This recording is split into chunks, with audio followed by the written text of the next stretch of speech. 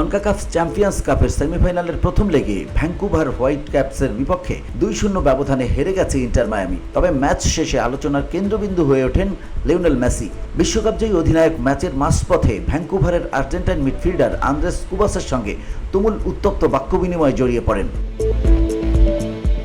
ঘটনা শুরু হয় মাঠের একটি ধাক্কাধাক্কির পরিস্থিতি থেকে। প্রাক্তন বোকা জুনিয়র্স তারকা কুবাসের কোনো একটি আচরণে ক্ষুব্ধ হয়ে ওঠেন মেসি। এরপর ম্যাচ চলাকালীন এক পর্যায়ে তিনি সরাসরি কুবাসের দিকে এগিয়ে গিয়ে তীব্র ভর্ৎসনা করেন। রেফারি মাঝখানে থাকলেও মেসির রাগ থামানো যায়নি।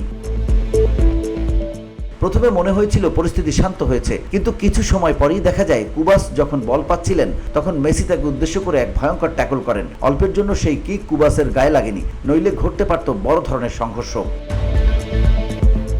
এতে বোঝা যায় কুবাসের কোনো এক আচরণ মেসিকে দারুণভাবে ক্ষুব্ধ করেছিল এবং তিনি সেটি ভুলে যেতে পারছিলেন না। মেসির এই রাগ বেশ কয়েক মিনিট ধরে মাঠে প্রতিফলিত হয়। বসুন্ধরা, উত্তরা, বনশ্রী, কুড়িল ও বাড্ডা সহ রাজধানীর বিভিন্ন স্থানে অভিজাত ও অত্যাধুনিক মানের ফ্ল্যাট কেনার এক নির্ভরযোগ্য প্রতিষ্ঠান প্লেজেন্ট প্রপার্টিজ লিমিটেড।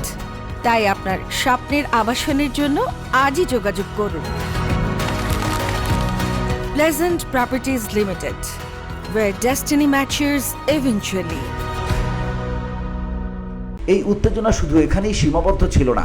প্রথমার্ধের 40তম মিনিটে লুইস সুয়ারেজ ফেদেরিকো রেডন্ডোর একটি পাস নিয়ন্ত্রণ করছিলেন। তখন প্রতিপক্ষ ডিফেন্ডার ট্রিস্টান ব্ল্যাকমন কোনই তুলে দেন সুয়ারেজের মুখের দিকে। সুয়ারেজ মাটিতে পড়ে যান এবং মুখ চেপে ধরেন, কিন্তু রেফারি কোনো ফাউলই দেননি। সব মিলিয়ে পুরো ম্যাচে একটি ফাইনাল সুলভ উত্তেজনা ছড়িয়েছিল এবং তাতে সবচেয়ে বেশি নজর কেড়েছেন রেগে গিয়ে রেফারিকে পাশ কাটিয়ে প্রতিপক্ষের মুখোমুখি হওয়া লিওনেল মেসি।